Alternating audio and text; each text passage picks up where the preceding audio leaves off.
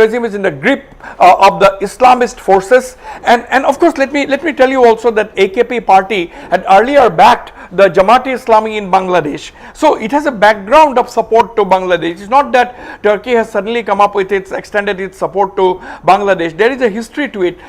10 to 15 years ago, this bonding started when the AKP party in Turkey has started extending support to the Jamaat-e-Islami, another radical party that was a part of the Khaleeda Jia's BNP government in Bangladesh before Sheikh Hasina. So on the whole, Muhammad Yunus has set his eyes on northeastern region. There is no question of Bangladesh being any time succeeding in annexing even an inch of Indian territory in northeast India. But the fact that this has become a nuisance, that Muhammad Yunus has become, he has got a lot of nuisance value as far as India is concerned, and he is deliberately provoking India. And if you ask me to recap, Chipan, the moment he came to power in August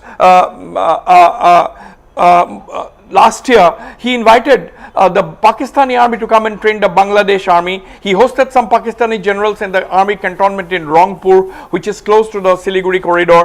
Then he goes to China and says that northeastern India is landlocked, and therefore their only access to the sea is through us, and we are the sole guardian of the ocean, and so on and so forth, and invited the Chinese to come and open shop and said that you can expand your economy along northeastern India, so on and so forth. And then he goes on to say that when a visiting Nepalese parliamentarian, Deputy Speaker of Nepal, had visited Dhaka a couple of days ago, Yunus said that we can work wonders together, Bangladesh, Nepal, Bhutan and northeastern India, we can have an integrated economy. So he sought to look at northeast as an entity independent of India. So these are the ridiculous talk by Muhammad Yunus, and he is emerging as one of the biggest irritants for India at this point in time. Chipan. Well, that's right. Wasbir, you rightly pointed out that Bangladesh will not be able to, in any given point of time, will not be able to annex even an inch of Indian land. Now, but this is a psychological war because he is time and again provoking India after the ouster of Sheikh Hasina. So now what are the options before India to put Bangladesh in place? And is this the time India acts, Wasbir? Well, you see, everybody is looking at interest at the regime in Dhaka, because everybody knows that that Muhammad Yunus doesn't have the people's mandate. He has the mandate of only a small section of the Bangladeshi society, some of the radical students and some of the Islamist political forces, and very soon they are going to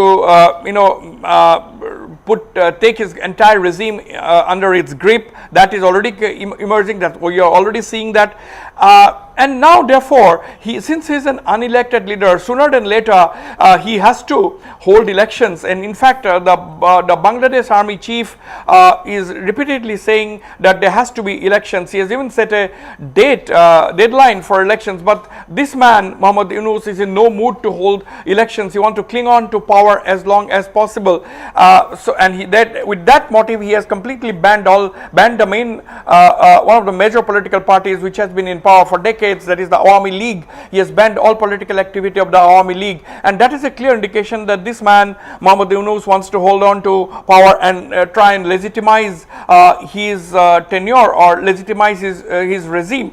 That's what he may be trying to do. But if you ask me what should India do, India is already engaging at certain levels. It may not be very high profile at this point in time, but India would definitely wait for an elected government to come in place. And another thing which we must also note is that India's loss in a friendly, as far as the friendly government in Bangladesh is concerned, may not necessarily be China's gain, because Chinese also must be wanting to see whether they can actually invest in the leadership of Muhammad Yunus, or whether, therefore, the Chinese also are waiting to see what kind of a government emerges in Bangladesh as and when elections are held. And same is the case with India. India also will be taking a close look at the state of affairs.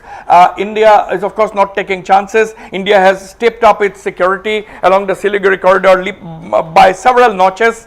and India is monitoring the situation very, very closely, and India is also taking steps. For example, it first of all withdrew the transshipment facilities, and now it has prevented import of Bangladeshi goods or goods into Bangladesh through Indian land ports. So India is slowly squeezing Bangladesh, and Bangladesh is beginning to feel the pinch. So that kind of treatment India is going to continue giving, and at the same time wait and watch as to what kind of a government form or emerges in Bangladesh in the days ahead. Well, that's right. It was very well put by you there. Now, Bangladesh, we know that they have no possibility of acting against India anytime in the future also. And you have rightly pointed out that India has or is taking all the appropriate measures, even though the measures are light and moderate, but India knows exactly how to deal with Bangladesh. Wasbir Hussain, thank you very much for your perspective on this big issue. Thank you.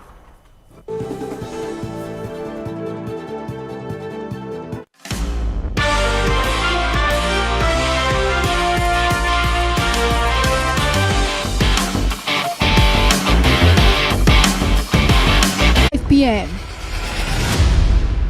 30 দুৰ্লভ বনৌষধিৰে প্ৰস্তুত কৰা কেশ কান্তি advance hair oil চুলি খৰাৰ পৰা ৰক্ষা কৰে, নতুনকৈ চুলি গজাই তথা অসময়ত চুলি পকাৰ পৰা মুক্তি দিয়ে।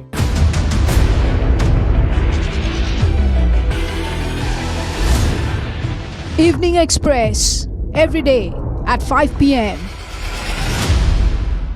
নিম, হালধি, চন্দন, এলোভেৰা, মঞ্জিষ্ঠা, পাম তথা নাৰিকলৰ তেল আদিৰে প্ৰস্তুত কৰা পতঞ্জলি বাথ সোপ ব্যৱহাৰ কৰক। প্ৰাকৃতিক স্বচ্ছতা তথা সৌন্দৰ্য লাভ কৰক।